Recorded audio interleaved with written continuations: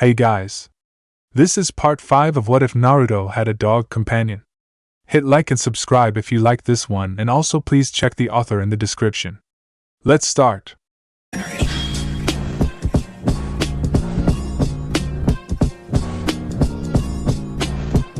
Chapter 12 Brother. Chapter 12 Brother. Naruto-kun, I just noticed the pup is not around. Where's Guruko? He's asleep on my bed, out like a light. Shisen nodded as she piled white rice onto a plate, placing a decent amount of curry on top, before setting it in front of Naruto. Hey Shisen? HM? Yes, Naruto-kun? Thanks for helping me and all. I know I don't really deserve it. Shisen sat down slowly into her own seat, staring as Naruto pushed his spoon into the food and gingerly, almost cautiously, took a bite. The preteen stared down at the food, eyes not really seeing anything at all. What would make you say something like that? Shisen asked worriedly. Naruto looked up at her, the blank look in his eyes clearing a bit to show her confusion. What would make me say what? He asked, a frown forming on his lips. Shisen folded her hands over each other with an elbow on either side of her plate, becoming slightly weary and concerned. Why would you say you don't think you deserve help? Shisen asked. Naruto looked away. Shrugged. Took another bite. Swallowed. It's not like I've ever done anything to help you or for you to even like me. If anything, all my pestering for books on herbs and medicine has probably driven you up the wall with annoyance. So for you to come and make me dinner like this, to have stayed all night with me yesterday, to check to make sure I'm not sick, or how you promised to help me with my heart problem. It's extremely kind of you, especially since you know I don't have anything or any way to repay you for it all. Naruto mumbled out, shame quite evident on his face as he admitted the last part. Shisen inwardly scowled. Yet again Naruto's past reared its ugly head. He expected people to take from him until there was nothing left, and then leave. The confusion and surprise on his face when she helped him with anything was enough to break her heart. You've never annoyed me at all. I've enjoyed helping you and your company is greatly welcomed. I love Lady Tsunade as if she were my own sister, but that woman could give even a monk a headache. You're the only one I know who calls her on her behavior. It's a great relief. Not to mention, Shisen said, standing up and leaning over the table so that her and Naruto's face were only a foot apart. Naruto blinked in surprise, leaning back a bit.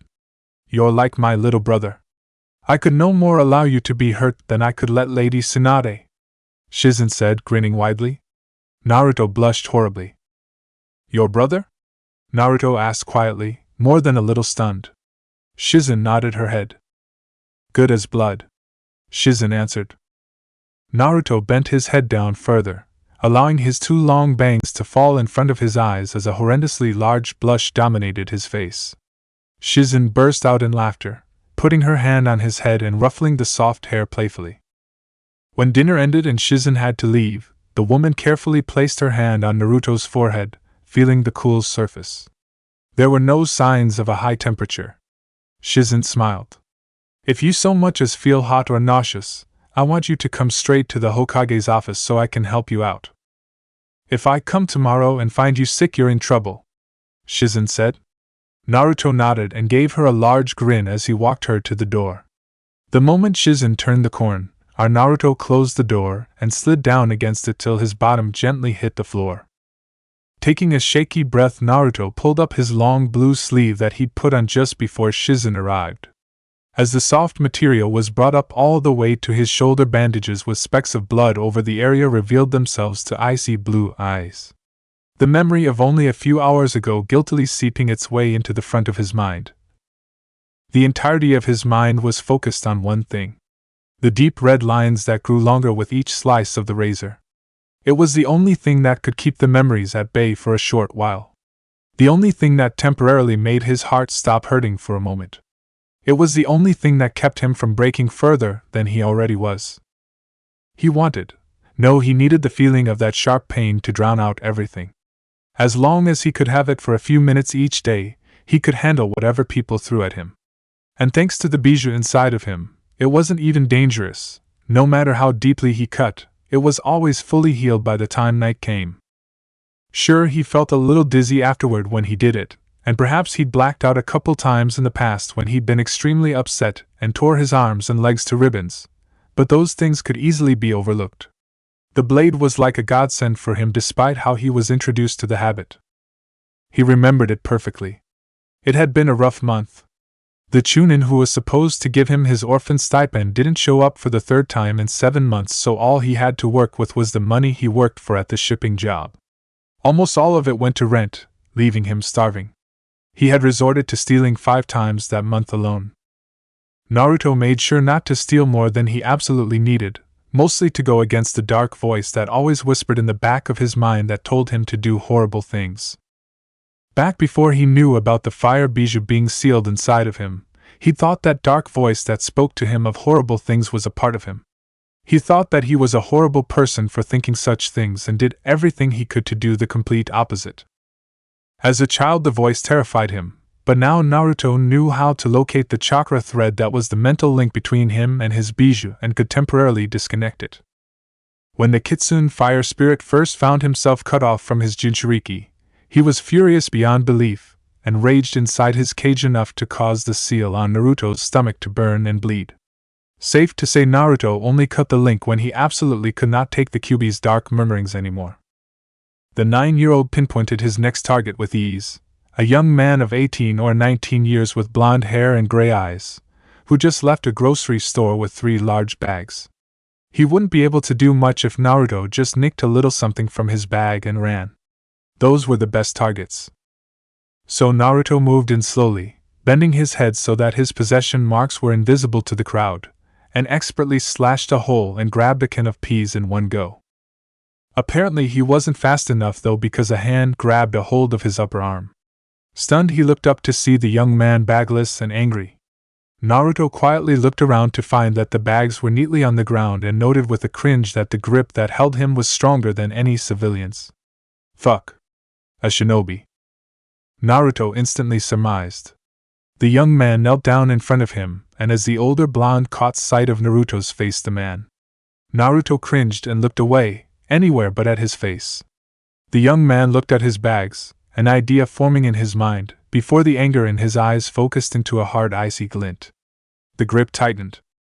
So the monster is stealing now, any? The young man's grip tightened further, and Naruto screamed. People stopped and looked worriedly around, some even looked scared, until they caught sight of who it was being hurt. Then they turned and walked away. Naruto bit his lips as a few tears escaped. The man's grip tightened further until the sound of something cracking filled the air and let out another scream. The man had broken his arm.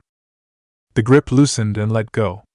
Naruto fell to his knees instantly, nursing his broken arm and bending his head forward in an attempt to hide the tears that were falling.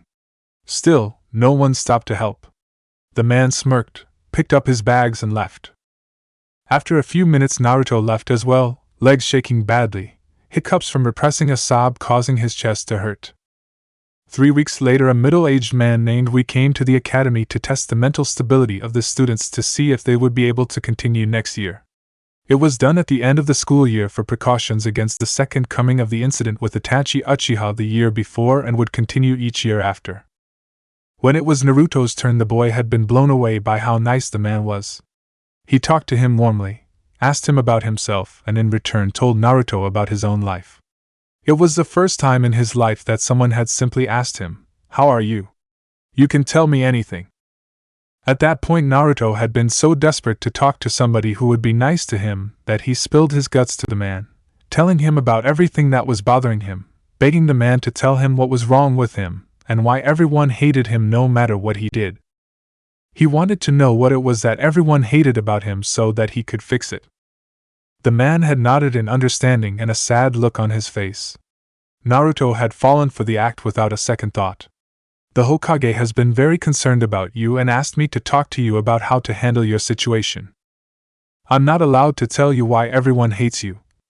At this Naruto's face had fallen, but the warm hand on his back and the reassuring smile from Wee had caused him to feel warm inside for the first time in a long time, so Naruto listened. "I know how I can make you feel better though. It's a special therapy that I only recommend to those with particularly bad childhoods, such as yourself. The graying middle-aged we dug into his bag and pulled out a set of razors. The man sat in front of Naruto, dark brown eyes level with his blue, and gently placed the pack into Naruto's small hands. Naruto had been so desperate to feel any kind of relief that he'd simply nodded as he stared into the man's eyes. Trusting him completely, after all, why would the man be nice if he wanted to hurt him? The man had told him that small cuts relieved mental pressure on a person, and that bigger the cut the more a person felt better. The man had warned him that it was a dangerous therapy, and that he shouldn't do it too much. Years later Naruto knew the man had depended on the fact that Naruto would do it too much. The man had suggested that if Naruto wanted to keep his therapy a secret from his classmates, that he should wear long sleeves after cutting until the marks were healed. We had been well aware of Naruto's desperate need to be accepted and knew that the boy wouldn't get caught. Years later Naruto knew what we had done, understood the manipulation, and silently, fiercely hated the man. He'd tried stopping on his own before on several occasions, but by the end of the week he was desperate for that feeling of numbness and freedom that cutting supplied. More than anything else though was that he didn't want anyone else to know about his weakness. He didn't want anyone to see how much their jibes and hits hurt because he was afraid that they would simply use it against him as everyone that had ever seen him weak had done. The children and caretakers at the orphanage. The foster parents that temporarily took care of him. We the academy psychologist. Mosh his old landowner. Shisen and Feijin his current apartment landowners. Even the third Hokage had deeply hurt him by not telling him the truth, by constantly lying to him, and leaving so many gaps in the few answers he gave. So Naruto would never admit that he cut to anyone because to him it was admitting he wasn't nearly as strong as he wanted everyone to think. Admitting that he was weak was like admitting that he wasn't good enough to be around them, to be their friend. So Naruto was struck with absolute terror when the sound of the doorknob twisting rang through his ears. His hand paused in the cut he was making, blood dripping from the razor edge. The door swung open and there stood Guruko, the shark-toothy grin on his face turning into one of shocked horror, a look that Naruto was sure he mirrored. Naruto watched as the dawning of realization came to the dog's eyes as he understood what he was seeing. The blade slipped from Naruto's hand as the tips of his fingers turned blue with chakra. Before Guruko could so much as blink, two glowing fingers touched a furred forehead, and the dog's body crumbled to the ground. A simple sleeping jutsu that the third had taught him. Naruto had spent months in the hospital before the operation took place, and in that time the third would visit him as much as his job allowed, about once every 3 or so days. In that time Sarutobi found out about Naruto's nightmares and would put him to sleep using this jutsu.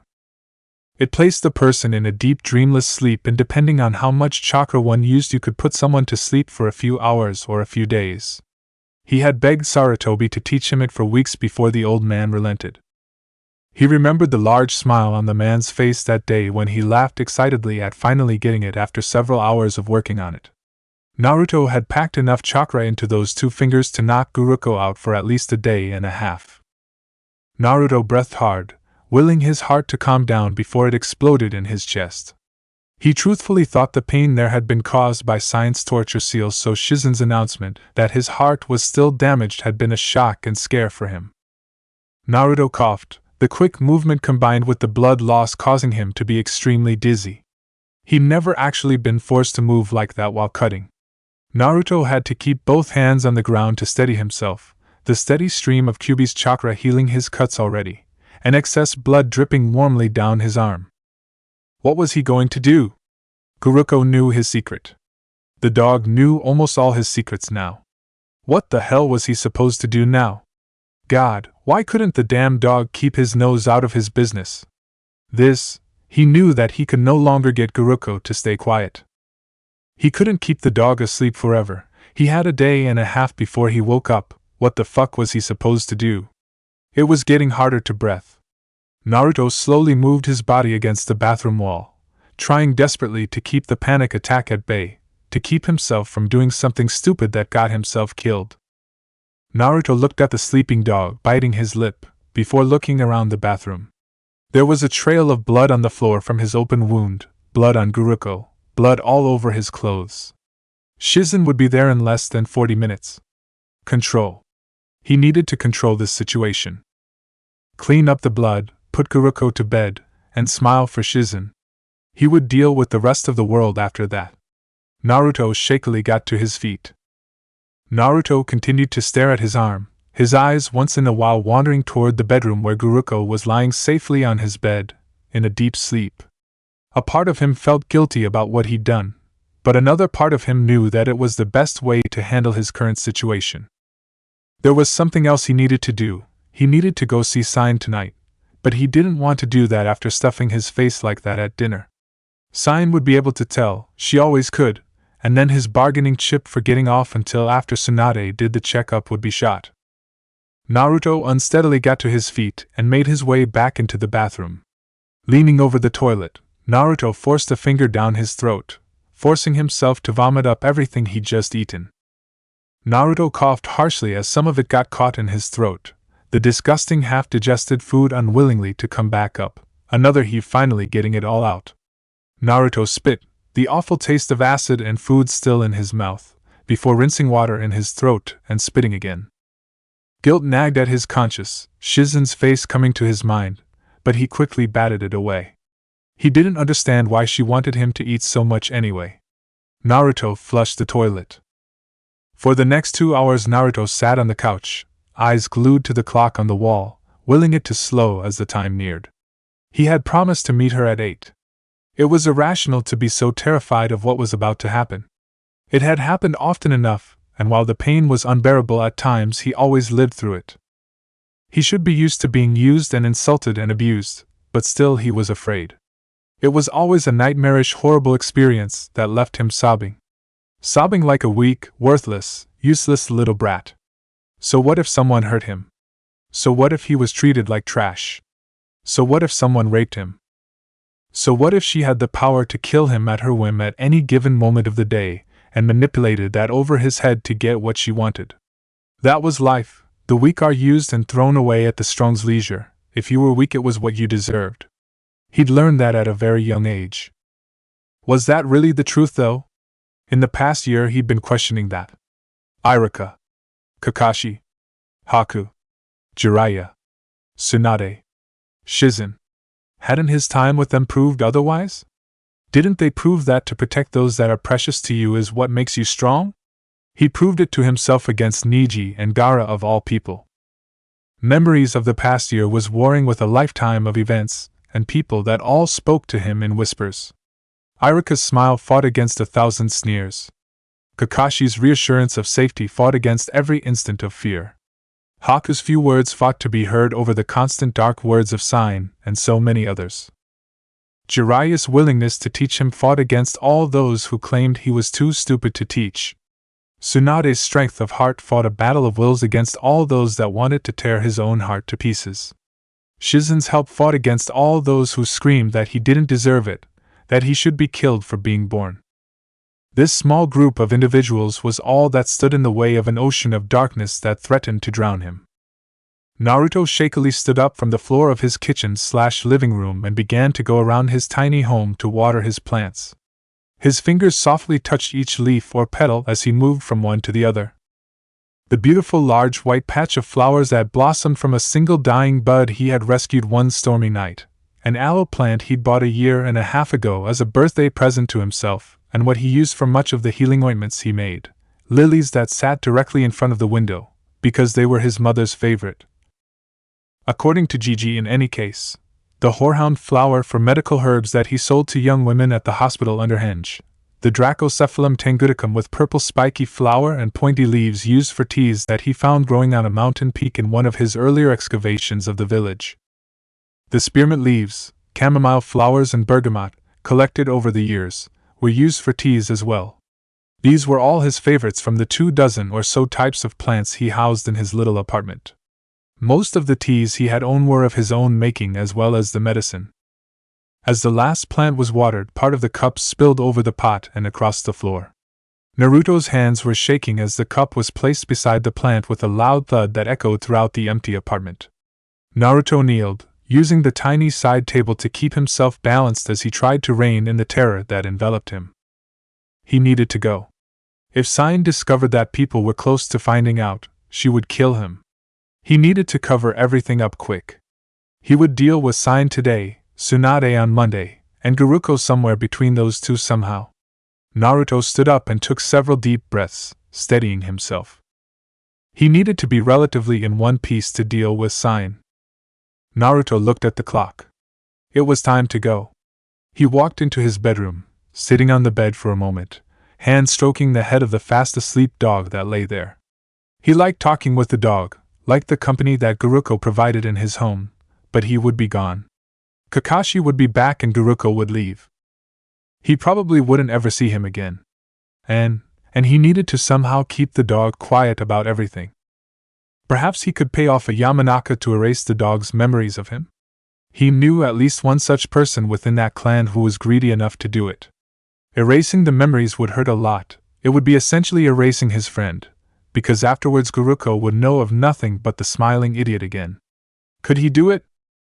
Before Guruko, the third Hokage was the only person he was completely and totally himself around, and he rarely got to see the aging man. Even when he was with Shisen, there was still this glass wall between them, distorting his image enough that she didn't see him clearly. Could he erase the first friend to see him completely for who he was? The answer was yes. Naruto had been making decisions such as this all his life. After all, if Naruto was dead, Guruko being his friend wouldn't matter anyway. Erasing his memory was the best decision, and besides that, Guruko would be better off without ever knowing him. Guruko would continue to be loyal to Kakashi, and he would transfer to solo missions once he made Chunin. It would hurt, he knew, but most decisions he was forced to make were painful. Naruto got up and walked slowly out of the room and exited his apartment. He stilled his shaking hands, not wanting her to see his fear, not wanting her to see his weakness. Her door was not far from his own, on the same floor even, and the walk to the other end of the building was shatteringly short. Rather than knock, Naruto simply placed his hand on the door, unwilling to go all the way with the act, and standing in the hall outside her door. His chest ached terribly, and for a moment he thought she had activated the torture seal, but soon came to a realization: it was his heart. Just standing in front of that wretched woman's door was causing his heart to ache with pain. Naruto briefly wondered, as his forehead leaned forward and gently tapped against the door, if it was truly possible for your heart to give out from terror. All the pain he felt at the moment couldn't possibly be from the small damage Shisen had described within the tiny chamber of his heart. The door his body had begun to lean against gave way, and Naruto barely stopped himself from falling forward. A soft hand gently took his chin, causing Naruto to flinch and turn away from the touch. "My precious little demon, why do you stand out in the hall? Come in," Shisen whispered. Her long fingers softly gripped Naruto's shoulder and pulled him inside her home. Naruto stayed quiet, his feet stumbling into her domain. This was the first time in a long time that he had not been forcefully dragged screaming into the home. Her husband, Faju, was out, more than likely drunk in some secret whorehouse beneath a bar. He felt cold inside as she pulled him into her bedroom and shoved him onto the bed.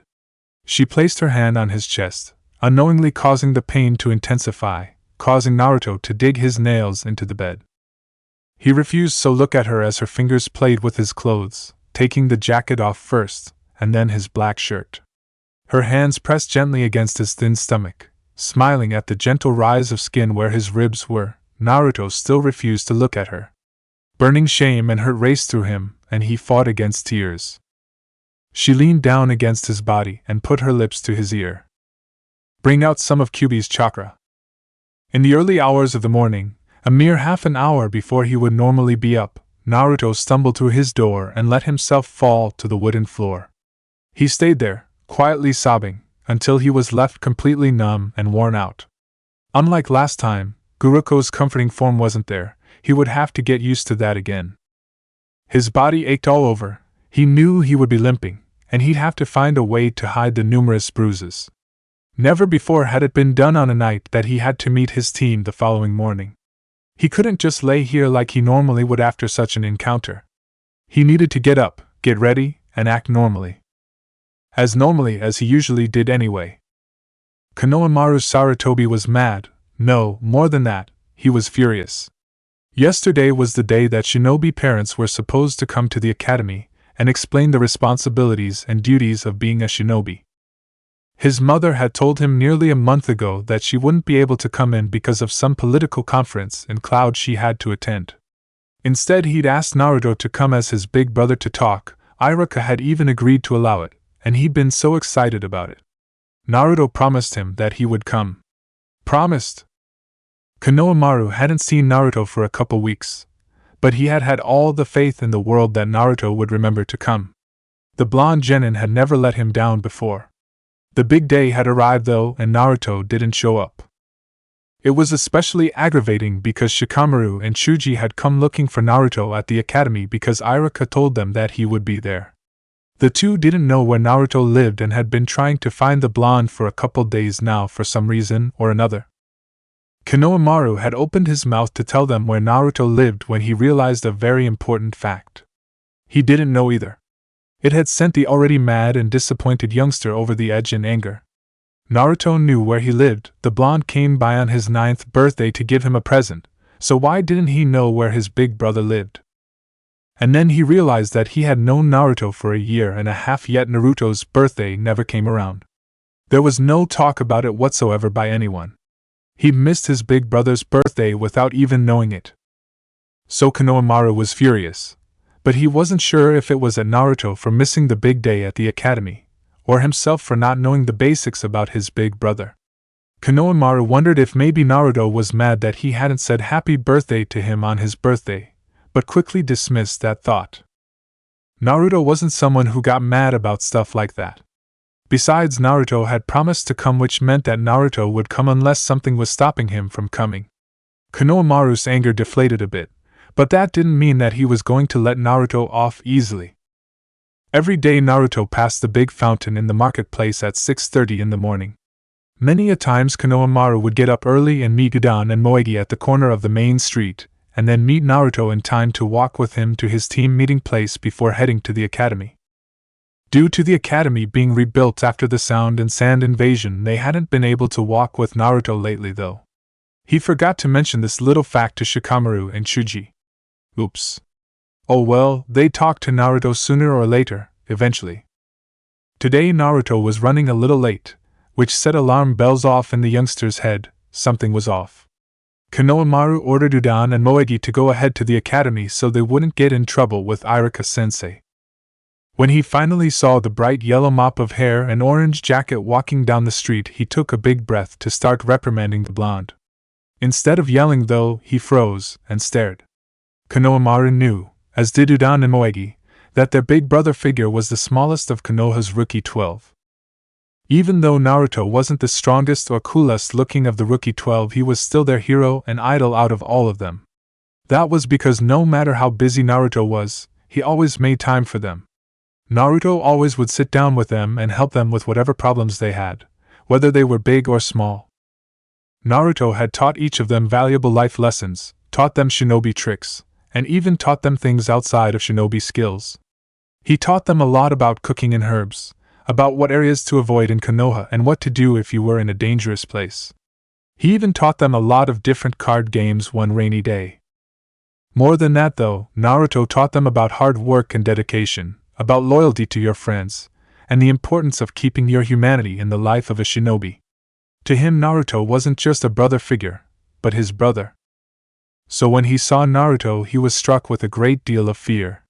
Konohamaru could tell that Naruto had lost weight.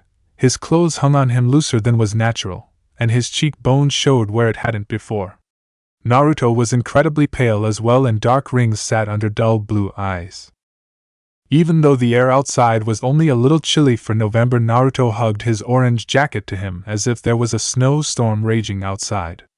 When the blonde walked it was stiff, as if his body ached, and Konohamaru thought he saw Naruto's face twitch in pain when he walked. Naruto!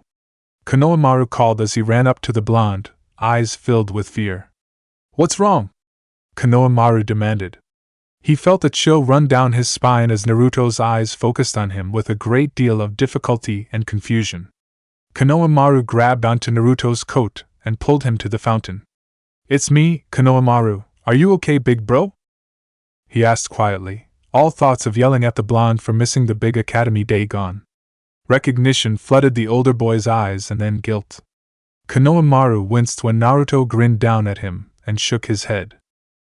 Sorry, I've been sick the last week or so, Kono, and I'm still recovering. Sorry if I didn't recognize you for a minute. Naruto explained softly, his voice sounding a little hoarse. Konohamaru sighed softly in relief. Big bro, if you were so sick, why are you out of bed already? Konohamaru demanded. His small hand went up to Naruto's forehead to check his temperature, feeling the cool forehead there, before scowling at Naruto. You don't have a fever, but you look horrible. Konohamaru stated as if Naruto was the 9-year-old who'd done something obviously stupid. You should go straight to bed and sleep till you're all better. You need to eat stuff like soup and drink lots of water. Konohamaru continued, naming stuff his own mother had told him he needed to do when he was sick. Naruto smiled at him and ruffled his head of black hair. I will, but after my team meets for a few missions today, they're only D rank, so it won't be too bad, Naruto said softly. Konohamaru frowned. Naruto obviously wasn't up to doing anything today. He wondered if he should stay with his big brother to make sure he would be alright. Kono, it's nearly 7:30. You should have been in class half an hour ago, Naruto said more sternly. Konohamaru gave a guilty start and laughed nervously. Come on, big bro, Iruka-sensei's teaching another boring history lesson. It's okay if I'm late, Konohamaru said, and then muttered to himself, or don't go at all. Naruto heard him though, and gently tapped the youngster on the top of his head. Go to class, Kono, you don't want to end up being an idiot like me, right? Naruto asked teasingly, though Konohamaru frowned anyway. Konohamaru, Moegi and Udan never called Naruto stupid like all of Naruto's friends did. They could tell it stung Naruto to be called that, and didn't like it when others did it. Naruto would never normally say something like that though. Naruto must have been really sick and must be really out of it to admit he thought he was stupid. You are not stupid, big bro, Konohamaru said quietly, but sternly. Naruto just grinned at him again and pushed Konohamaru off in the direction of the academy. Konohamaru glanced back at Naruto, eyes worriedly taking in the sight of his big brother's tired form, before waving his arm and heading in the direction of the school. If you don't get better soon, I'll sick Moegi on you, you hear me, Naruto? Konohamaru called behind him. Naruto just waved back weakly, a smile tugging at his lips, before heading on his way. Sasuke Uchiha was fed up. He was angry. He was frustrated. He was unbelievably jealous. Naruto gets stronger and stronger, almost abnormally. Compared to our Ninja Academy days, when he was called a failure. It's virtually unbelievable progress. When I watch him up close, I can tell. He's got some massive power hidden inside of him. Sometimes I even feel afraid. Uzumaki Naruto, what in the world are you? I know he's the one you're really after. To take Naruto with us is the supreme order given unto us by the Akatsuki. Why Naruto? He's nothing but an inept loser. Why would my brother go after him? Naruto is completely incompetent and stupid, and yet it was him my brother saw worthy of going after? How can I get stronger? Sasuke thought as he went at the training stump again. Sakura had family business to attend to today, so it would just be him and Naruto. If Naruto hadn't decided to skip out on missions the other day, he would know that, but thanks to the idiot, he was standing there waiting for him to come to inform him of that fact. Sasuke angrily smashed at the stomp again and again as his thoughts continued to center on the blonde. The fight they had, the giant holes in 2 tanks. Naruto having done far more damage than him. The trunk smashed to bits. Sasuke stared for a moment at his hand, which had a tiny wisp of smoke smothering from it, and then at the training stomp again. He'd unconsciously performed the Chidori without realizing it. That's when he noticed it. The curse mark was retreating back up his arm. Sasuke inwardly snarled in anger. The raven-haired young teen stomped over to the next post and repeatedly slammed his fists into the bark. The curse mark was always screwing everything up for him. In the Forest of Death, in the prelims, fighting Gaara, the damn thing always left him paralyzed and open to any attack. And it was Naruto who saved him from Gaara. If not for Naruto, he would be dead. How had Naruto done it? How had he been able to improve so much in so little time? Sasuke slammed his fist into the training stump again, his knuckle coming away slightly bloody. His anger felt as if it would consume him if he didn't find a way to let it all out. Sasuke? Are you okay? Naruto's voice asked hesitantly. Chapter 13. Sasuke fed up. Sasuke? Are you okay? Naruto's voice asked hesitantly behind him. Sasuke felt his anger spike as he spun around and glared venomously at his small blonde teammate. The Uchiha ignored the stinging in his shoulder as the object of his ire seemed to appear out of nowhere. Usually at this point the blonde would start to yell at him, but for some reason Naruto took a step back, his entire form weary. Sasuke folded his arms over his chest and smirked in contempt. Hey, screw up. Sasuke greeted coldly. At first a hurt look entered the blonde's eyes, but it quickly disappeared, as if willed to do so. Naruto eyed him carefully, his eyes now showing their confusion, before he took a step forward. What's wrong with you? Naruto asked, concern showing despite the cold welcome. Sasuke's smirk widened. What's wrong with me? Sasuke repeated quietly, his voice and features calming considerably, is none of your business. Sasuke finished, anger seeping through again. Naruto stared at him with unnerving deep blue eyes that, Sasuke thought, flashed an icy shade for a split second. He quickly dismissed it as a trick of the light. He was loud and obnoxious with a fiery temper that bordered on scary, but Naruto was never cold towards anyone. What is it? What have I done towards you for you to be such an ass to me? Why are you so angry with me all the time? What could I have possibly done to piss off your high and mighty ass? Naruto yelled. Sasuke glared back fiercely, but then his face stretched into a smile. What is it about you that bothers me so much? Sasuke tapped his finger to his chin for a moment, as if contemplating it deeply. His smile turned into a deep smirk of contempt. Everything about you bothers me. The thing that bothers me most though is that I'm stuck with you as a teammate. I can't get rid of you. You mess up on a mission and I have to clean up the mess. You are too stupid to understand something in training and you drag both Sakura and I down even further than you already do. Worst of all is that you are so arrogant that you actually believe that you are on par with me. Kakashi won't even let us fight because he knows I hurt your poor little feelings when I beat you. Sasuke growled. At this point Sasuke noted that Naruto's entire body had stiffened, his face hard as stone, hands quivering in fists. It caused Sasuke to smile. Sasuke held his stomach lightly as he laughed harshly while Naruto just stared at him uncertainly. Come to think of it, Sasuke said softly, we were interrupted last time. Sasuke stepped forward. Naruto took several steps back. Sasuke smirked as he saw understanding in his teammate's eyes. Their fight on the hospital roof, Sakura screaming, fists flying, both bringing out their most powerful attacks in their need to show each other their strength, the realization too late that they couldn't stop their attacks, and the danger they were in. Naruto took several steps back away from Sasuke and shook his head. That wasn't my choice. I didn't want to fight like that. Even now, Naruto said quietly, voice strained. Sasuke let out another harsh laugh as he moved forward and got into Naruto's face. Sasuke grabbed the front of Naruto's jacket, clenching the ridiculously stupid-looking orange coat in his hands, before lifting his light teammate a few inches from the ground. Naruto's stunned eyes staring down at him as Sasuke smirked. Who cares what you want? Sasuke asked harshly, one hand let go and pulled back, fist slamming into Naruto's stomach. Naruto's body flew back from the impact and hit the ground hard. Naruto unsteadily got to his feet, eyes filled with anger and hurt, blood dripping down his lips. What the fuck, Sasuke? What the hell is wrong with you? Naruto hissed through breaths. Sasuke walked toward him as Naruto backed up. There's no Kakashi or Sakura to break up our fight this time. There's no one to butt in like before. You've been wanting to fight too, right? Sasuke said as he swung a kick at Naruto. Naruto flipped backwards and away from Sasuke. I don't want to fight you, Sasuke. Not like this. Not out of anger. I want.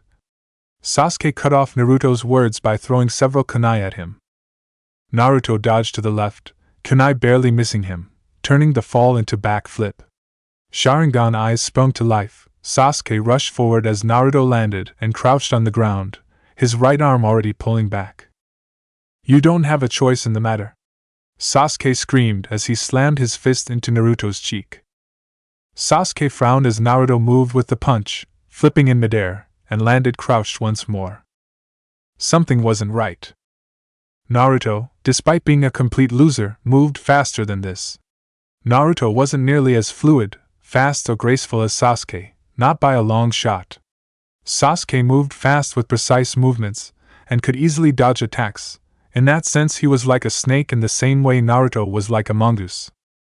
Naruto was unpredictable and stealthy yet possessed insanely powerful hits. The two of them complemented each other well in taijutsu styles, yet at the same time, made for fierce opponents. He sparred with Naruto enough times to know that underestimating the blonde was a bad idea. Not that he would ever tell Naruto that. That's why he noticed something was off. Naruto wasn't moving right. For a split second concern clouded the anger he felt, and for the first time he noticed Naruto looked off. Just as suddenly though a pulse ran through his shoulder, and once more his anger and hatred won over. Who cared if the loser wasn't up to par? The dumbass could never beat him at 100% anyway. "Sasuke, stop this. I don't want to fight you," Naruto shouted. Did his voice sound hoarse? Never mind. I didn't matter. Sasuke moved in. As Sasuke sped toward his teammate, his hands rapidly moved through hand seals. Fire style, art of the phoenix flower, Sasuke thought as he took in a large breath. From his mouth several balls of fire formed and rushed toward Naruto.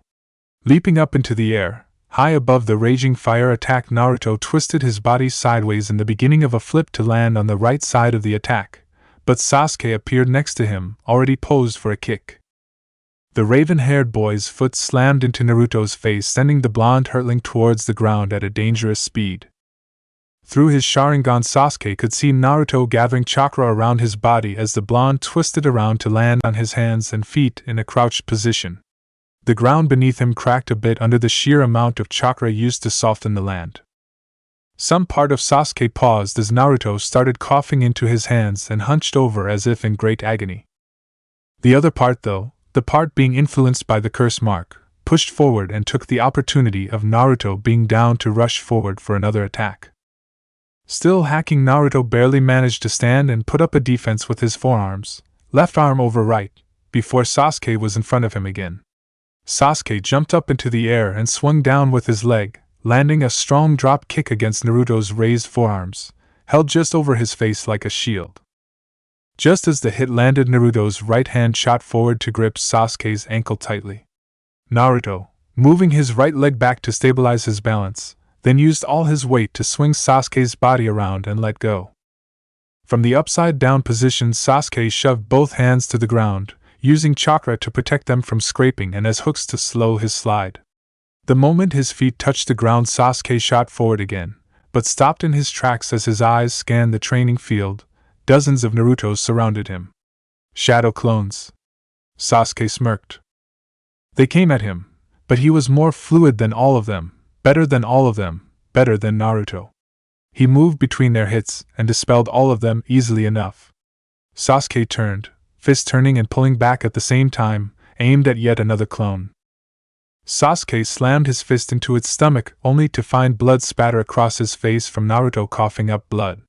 It was the real one. Startled, he didn't notice Naruto grip the wrist of the fist in his gut, and Naruto used his free fist to slam harshly into Sasuke's face. Due to the hand on Sasuke's wrist, he wasn't able to roll with the attack and thus took the full brunt of one of Naruto's powerful punches. Sasuke's head snapped back from the impact before his body was pinned to the ground by Naruto. "Did that wake you up?" Naruto yelled hoarsely in his face. Sasuke tried to get up, but Naruto had both his shoulders pinned with his knees. Another punch slammed into Sasuke's cheek. He spit blood at Naruto, the red liquid landing across the younger boy's nose. Naruto gripped the front of his shirt tightly. "What is it going to take to get you to stop treating me like I'm lower than you?" Naruto asked bluntly. "There you go, being arrogant again. You will never be equal to me." Sasuke spat. "Sasuke, I don't want to fight you, we're teammates. Let's just talk, alright? Naruto pleaded. Talk? About what? You can never understand me because you were alone from the very beginning. You don't understand what it's like to have parents or brothers. You don't understand anything. To have those bonds ripped from you by your very own brother. You could never understand that. You were alone from the very beginning, Sasuke screamed. Sasuke slammed his forehead into Naruto's and rolled away when Naruto stood up holding his head in pain. Apparently at some point during their tussle Naruto's headband had come loose and slid down around his neck. It had been Sasuke's forehead protector against Naruto's bare skull. Blood dripped down from a nasty gash into the blonde's eyes. Naruto frantically wiped at his eyes, blood covering his hands and face, while Sasuke regained his standing position. You are nothing but a worthless loser who can never do anything right. You screw up everything for our team. Every mission we go on you always manage to mess it up one way or another. Why don't you just give up being a shinobi? Sasuke demanded cruelly. Naruto stilled in his movements of dashing blood from his eyes, the words apparently having an effect on him. Sasuke took the opening. He moved in and swept Naruto's feet from under him. The blonde fell forward, but moved his hands in front of him so that he landed on all four rather than his face. Instead of moving though, the blonde was uncharacteristically still. For a moment Sasuke wondered if he'd gone too far in his insults. Pain shot through the cursed seal again though, and washed away his soft thoughts. Sasuke continued, You will never amount to anything. Not Hokage, not Anbu or Jounin, you'll always just be a pathetic genin. You know why? Because no one would ever want someone like you to be Hokage. No one would ever trust you with such a difficult job, a weak, unbearably stupid, no-talent idiot who only has dumb luck going for him. Naruto still hadn't moved and this time the sight caused him to smirk. Naruto's stillness didn't last long though because Sasuke was right there in an instant and slammed his foot right into Naruto's chest. A scream of pure agony ripped from Naruto's throat as the blonde landed hard on the ground clutching the area over his heart.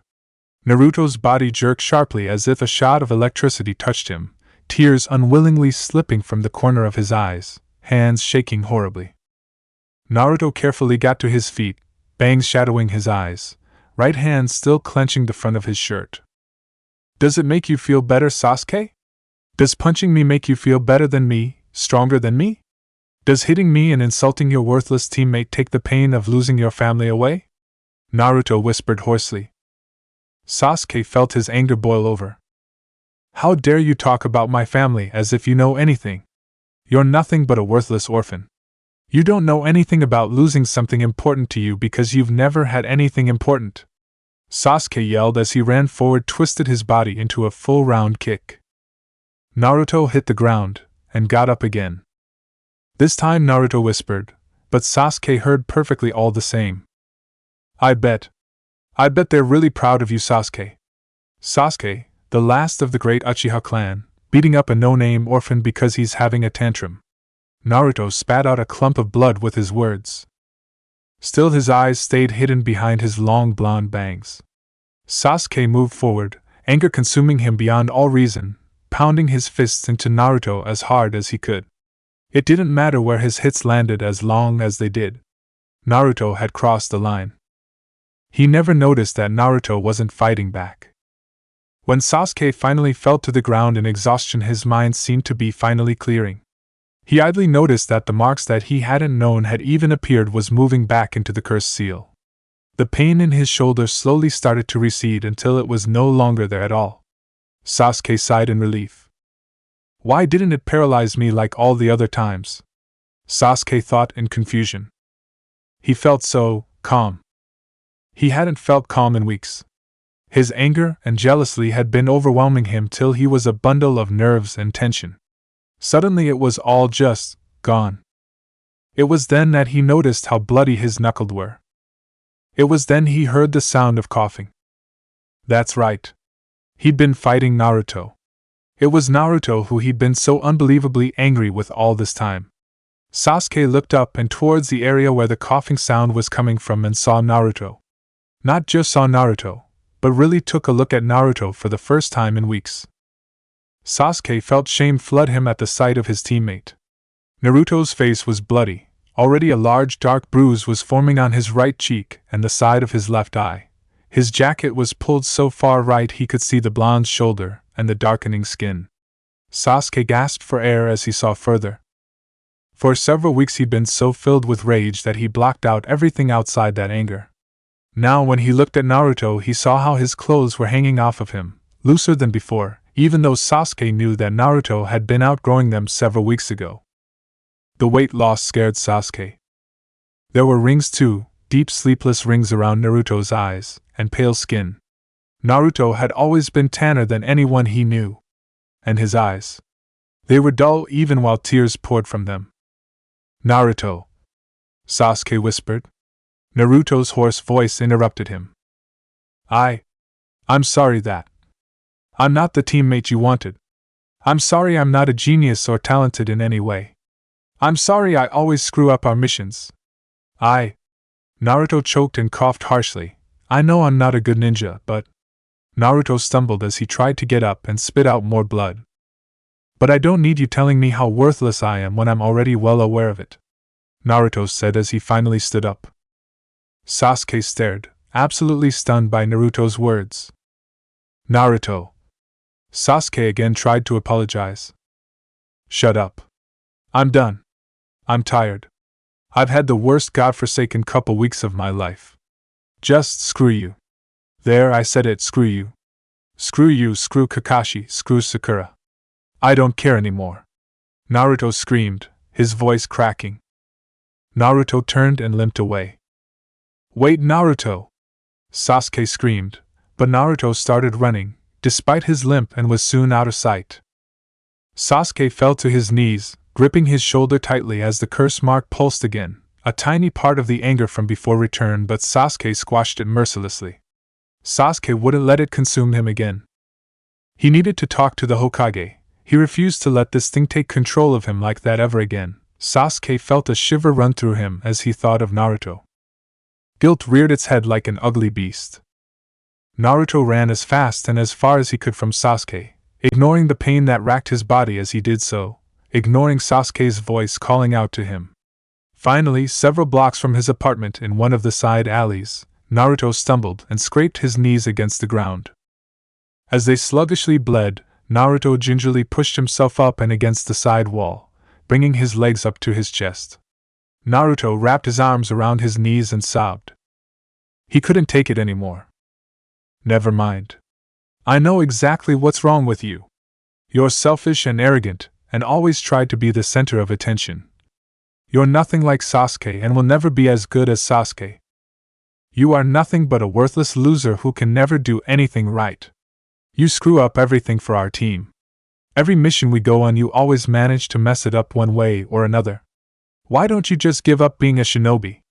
You will never amount to anything. Not Hokage, not Anbu or Jounin, you'll always just be a pathetic genin. You know why? Because no one would ever want someone like you to be Hokage. No one would ever trust you with such a difficult job, a weak, unbearably stupid, no-talent idiot who only has dumb luck going for him. He could feel Kyuubi's chakra working its way through his system already, healing the damage as if it were never there, all except where Sasuke kicked him in the chest. Sasuke had hit directly over his heart where his inner Bijou chakra couldn't touch.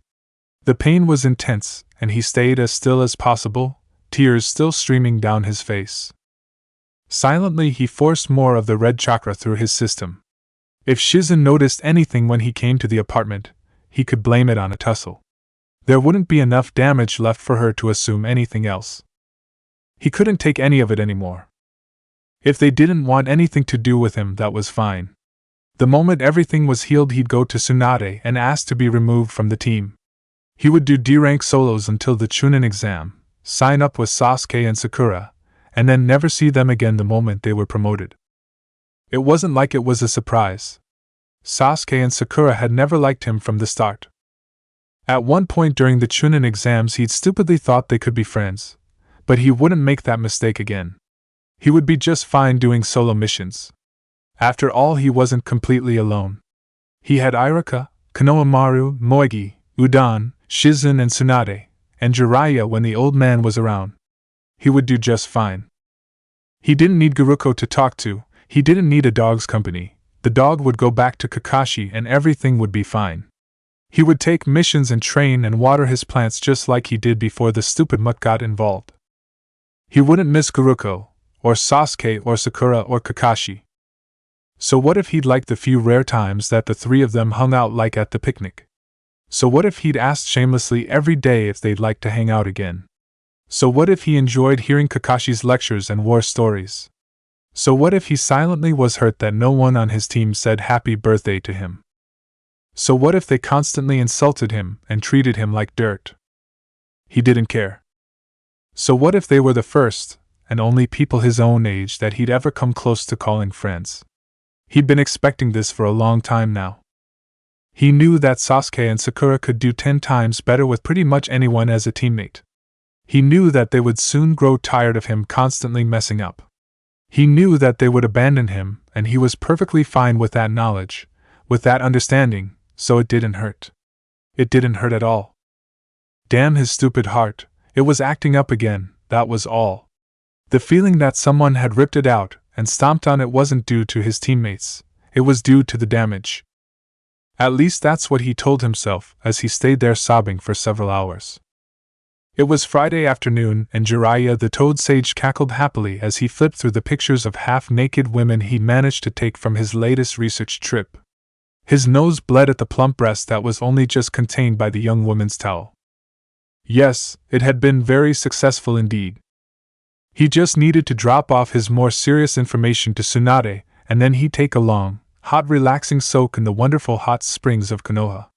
He was a week and a half late, so he imagined Tsunade would be pissed at him. An unpleasant thought, but it wouldn't be the first time though. He also needed to talk to Naruto. He would be telling the boy about the 2-year trip he planned with the boy to train him up in order to face Akatsuki. He planned to leave in a few weeks. Jiraiya's mind was already picking out the best training spots that he knew of in the elemental nations to bring Naruto to.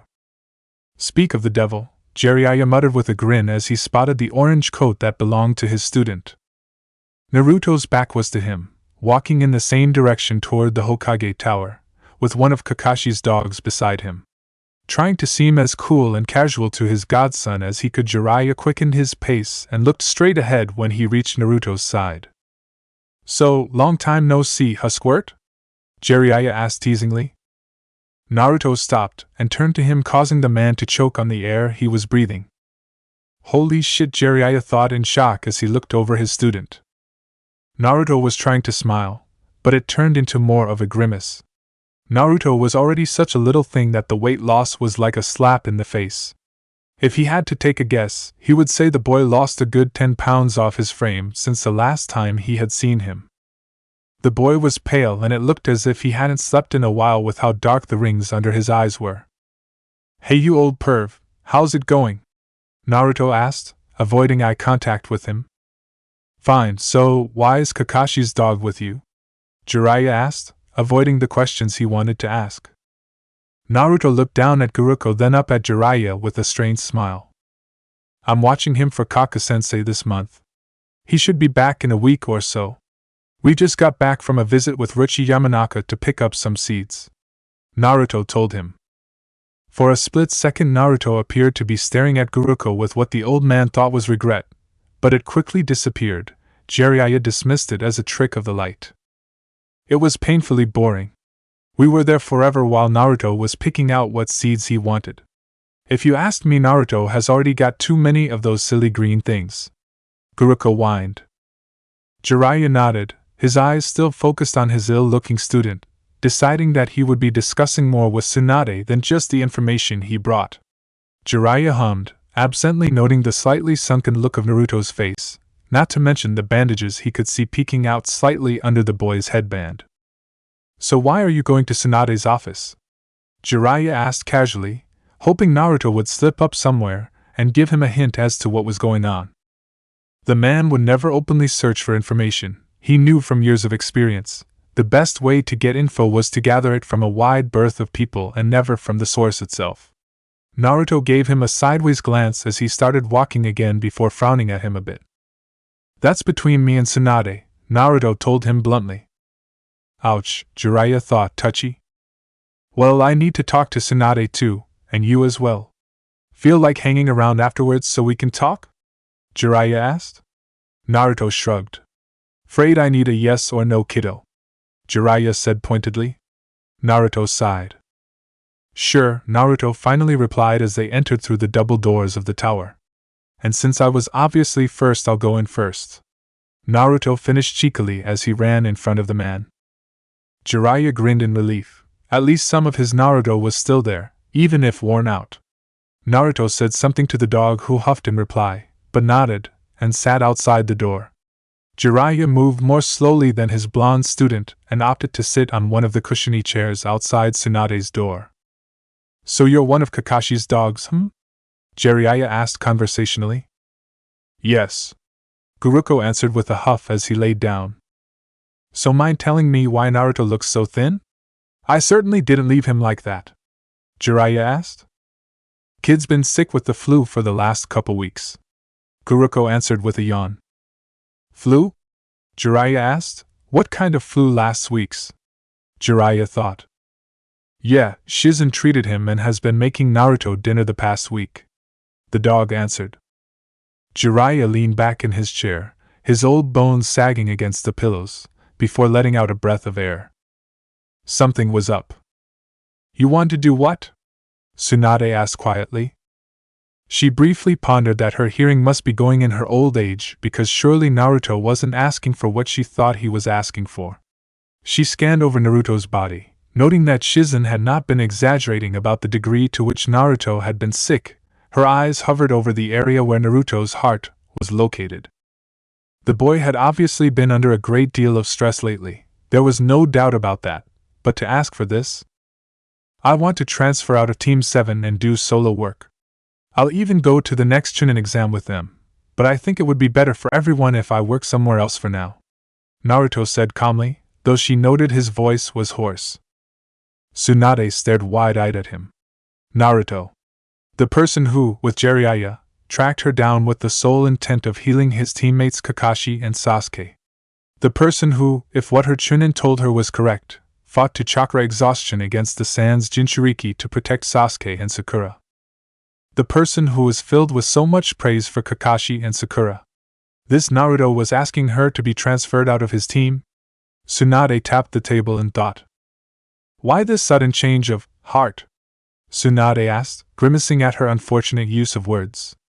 Naruto didn't even blink. Naruto's hands were behind his back, but being the medical kunoichi she could tell by the tightness of his shoulders that he had his hands clasped together tightly, a show of extreme tension. The young teen's eyes were shadowy, an edge of ice she hadn't seen before there, the blue flashing between deep dark ocean blue and extreme light icy blue before her very eyes. It's not a change of heart, it's not like I suddenly don't care about them, it's just a change in circumstances. I think it would be better if I took solo missions because of Konoha's economic situation. You need more of your Chunin and Jounin on missions, right? Gigi taught me a lot about filling out paperwork in the office, so I think I would be of better use filing mission reports and such while the more advanced shinobi take higher missions. Plus, with my shadow clone jutsu, you wouldn't need to keep so many higher class shinobi working in the office, Naruto explained carefully. After all, he had been planning his negotiation for the transfer for a while, even if it was faster than he expected. Tsunade leaned back in her seat, silently stunned by Naruto's brilliant idea. Her mind was going through the implications. She would have to test Naruto's office skills, of course, but she doubted Naruto was lying about Sarutobi teaching him. After all, the reports said they were close before the old man died. With the shadow clone, Tsunade would be able to have 15 extra Chunin and 2 more Jounin doing missions. She might even be able to push some of her work into Naruto's hands after a while. Not to mention, it was the perfect way to prepare the brat for her position. It would also help Naruto in that he could relax his body while his heart recovered from the surgery she and Shisen had been planning. It was turning out to be the best solution all around. Still, it bothered her that Naruto would want to transfer so bad. There was one other thing. In order to receive a transfer, you need to gain the permission of your team leader, Kakashi Hatake, who is to arrive in a week or so. Tsunade began, watching as Naruto's face fell. Furthermore, I will have to test out your skills in this office for the next week or so before I can give MY permission. Tsunade continued warmly. And this way I can get you to eat a big lunch while Shisen handles dinner. He really is way too thin. Tsunade thought with a grimace. Naruto broke out in a huge grin. Thank you, Oba-chan, Naruto told her sincerely. Tsunade shook her head at him before shooing him out. I'll see you on Monday at 7 sharp, brat, Tsunade called back playfully. Jiraiya walked in, eyes following Naruto as the blonde left, before turning to her with a frown etched on his features. Tsunade sighed. When Jiraiya exited the office, he offered his student a grin before motioning the boy to follow him. Naruto quietly followed without protest. Guruko yawned and stretched, pattering alongside the blonde. Jiraiya headed to the park and picked out one of his favorite spots, high up and circular with railing to keep the kiddies from tripping over the steep edge, and sat down on a bench. Naruto crouched down toward Guruko and whispered something in the dog's ear. The dog let out a soft growl, but nonetheless, trotted away and lay down under a nearby tree. Jiraiya frowned at the scene. I've never heard of any of Kakashi's dogs being so easy to command, Jiraiya commented. Naruto sat down without a word. The kid wouldn't look at him, his stare fixated off in the distance, and just shrugged in response. Jiraiya fiddled with the hem of his coat as his mind attempted to assimilate the information he'd gathered from Tsunade and attempted to come up with a way to broach the topic tactfully. Unfortunately, he couldn't think of any way to do that. Tsunade told me about your heart, and what happened before, Jiraiya murmured, eyes carefully observing his student for a reaction. Naruto turned himself further away from him until his orange-covered back was to him. Naruto didn't say anything in reply, but there was an evident tenseness in his shoulders. She also told me about what your chakra was doing before Shisen saw you and that Shisen believes you know what the cause of it was, Jiraiya said a bit louder. I don't know what caused it. What else did you want to talk about other than what Tsunade told you? Naruto asked. Jiraiya frowned down at the boy. Do you plan on avoiding the topic the entire time? Jiraiya asked bluntly. It's between me and Tsunade, and I'm dealing with it just fine, so there's nothing to talk about, Naruto stated. Jiraiya couldn't help but feel slighted that Naruto wasn't willing to talk to his own sensei about something so important. More than that, though, he felt angry at himself for not noticing that his new student had been in pain. There were other things that were bothering him as well, though. Tsunade is worried that some of the damage in your heart may have only been noticed by Shisen last week because it wasn't caused by your heart damage all those years ago, but rather it was Kabuto when he attacked the muscles around your heart, Jiraiya said quietly. Jiraiya watched Naruto's body jerk, startled. She says she's thinking of coming over to your home today instead of waiting till Monday like planned, the white-haired man continued. He watched as Naruto stilled. It was a bluff, of course. Tsunade had a group of ambassadors from several of the smaller countries that she'd been dealing with in trade negotiations for more than a week. It was the main reason she hadn't been more aggressive in her watch of Naruto. You know what I think, though? I don't think Kabuto did anything. I think it really is damage that was never fixed, and I think you've been purposely hiding it all these years, Jiraiya said quietly. Why would you think that? Naruto asked. Jiraiya looked at Naruto grimly. When I trained you for the finals and when we were traveling together in search of Tsunade, there was something you kept doing that I dismissed as unimportant. I thought it was just a strange habit because you never showed any indication that you were in pain. Now I'm regretting it. Naruto, you kept gripping your jacket tightly over the spot where your heart is. I understand that you were afraid of the hospital, but that's still no excuse for not telling anyone that your heart is hurting you. The damage could have been a lot worse than what Shisen found, and you could be dead because you didn't want to say anything, Jiraiya said, his voice laced with cold anger. Naruto merely shrugged at the man. What would have complaining done? Shisen told me that she and Tsunade were going to pay for the operation, but what would I have done beforehand? I can't afford going to the hospital. I definitely can't afford an operation. What would have been the point in whining about something that you can't fix? It's not like anyone before Shisen ever offered to help me with anything, Naruto asked. Besides that, I honestly didn't know that my heart was the problem, Naruto admitted. The blonde pulled his legs onto the bench and against his chest while Jiraiya just stared at Naruto's back. So what? You just ignored it when you were in pain or sick? Jiraiya asked incredulously. Naruto shrugged indifferently. And what do you mean no one ever offered you help? What about me and Kakashi? Jiraiya shouted indignantly. At this, Naruto laughed long and hard. It took several minutes for the small shinobi to calm down enough to talk again. Kaka-sensei never even wanted me as a student. I overheard the council talking once about how I was put on Kakashi's team cause I was a Jinchuriki. They wanted to keep their little monster safe in case a war ever got started between us and another hidden village. And if you remember correctly, I had to force you to teach me anything when we first met. Besides that fact, don't you remember the deal we had? I'm the student and you're the teacher. Nothing more and nothing less. You're not supposed to offer me help. I'm supposed to figure it all out for myself. Naruto pointed out softly. Jiraiya's features darkened. Naruto stood up from the bench and shoved his hands in his pockets, still keeping his back turned to the Sannin. So what is it you wanted to talk to me about, old perv? Besides the medical stuff? Naruto asked. The Sannin noted with a grimace how Naruto spoke so casually about the council's opinion of him. It was an uncomfortably blunt indication of normalcy. Jiraiya looked good and hard at his pupil as he tried to figure out how long the blonde had kept such thoughts as truths. Just because the council placed you on Kakashi's team to protect you doesn't mean Kakashi didn't want you, Naruto, Jiraiya insisted quietly. Naruto shrugged with obvious disbelief.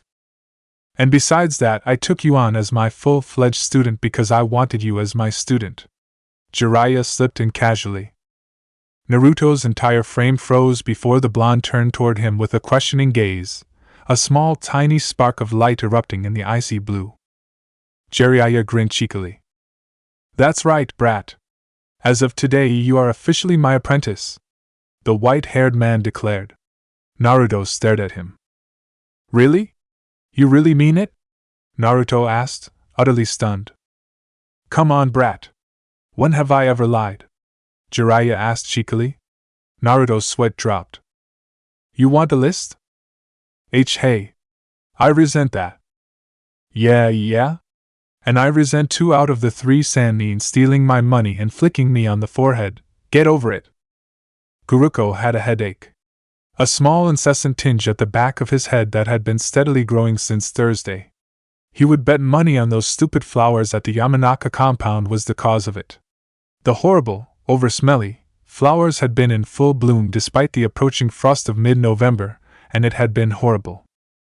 As far as he could remember anyway. For some reason the meeting with the twitchy-eyed Yamanaka seemed hazy. His instincts were telling him that something was drastically wrong, but what that something was he had not the faintest idea. And then there was Naruto. For the past 3 weeks Naruto had lived up to everything he told Kakashi the idiot would be. Loud and obnoxious with the habit of tripping over his own feet, it hadn't surprised him the least. Despite the blonde's motherly care over his sea of plant life in the apartment, there was nothing interesting about the blonde in the least. Until Thursday. When they'd exited the compound of the Yamanakas, the blonde seemed strangely different from the past 3 weeks. Naruto grinned down at him and talked his ear off about how he planned to blow everyone away during the next Chunin exam that Team 7 was going to enter. It was normal behavior, but it seemed wrong. Naruto was nervous about something. The dog immediately picked up that emotion, but it still didn't tell him what the genin was nervous about. Guruko also noticed with worry that Naruto's entire body moved, yet with such tenseness, he seemed ready to spring into action at any moment. The Naruto that he knew from the past 3 weeks hadn't shown any of that. That's about when he started to get the headache. Alarm bells were going off. Instincts howling. The dog sniffed the air and strained his ears as he searched for an enemy but couldn't find one. Never before had he been faced with not knowing why he felt as if something was immensely wrong. Normally this intense feeling came just before a battle. They were in the middle of Konoha, though, with not an enemy in sight or smell. Just in case, he stood on alert. 2 days later, in the early afternoon of Saturday, the dog was not so alert. When Naruto left the house that afternoon claiming he had something he needed to do, Guruko had tried to go with him. He wasn't sure why he felt such a strong desire to stay with the blonde, but for some reason he knew it was important. Naruto just grinned and wrinkled his nose at the dog, pointing to his bed. "You've got a headache, right? Go lie down," Naruto told the dog sternly. Guruko had been indignant, with good reason, telling him to go lie down as if he was some pet. Guruko had shot his head up to show his indignation, only to whine and put his head back down when his headache reminded him of its presence. Naruto gave him a sympathetic look and gently rubbed his head for a brief moment, briefly alleviating the pressure. Guruko's ears moved down as he craned into the touch. The next thing he knew, Naruto turned away from him and disappeared out the door. Guruko sighed and reluctantly did as he was told. Guruko nosed the blanket and snuggled underneath it, his body grateful for the warmth, mind thankful for the darkness. Kakashi would be back in about a week if there was no complications in the mission. Naruto was a nice person, and he may have been far more quiet the last couple days, but that didn't make up for the last 3 weeks. Guruko grimaced. Another spike of pain. He wished he knew why it wouldn't go away. That's it for part 5. Thank you for watching and see you in the next video.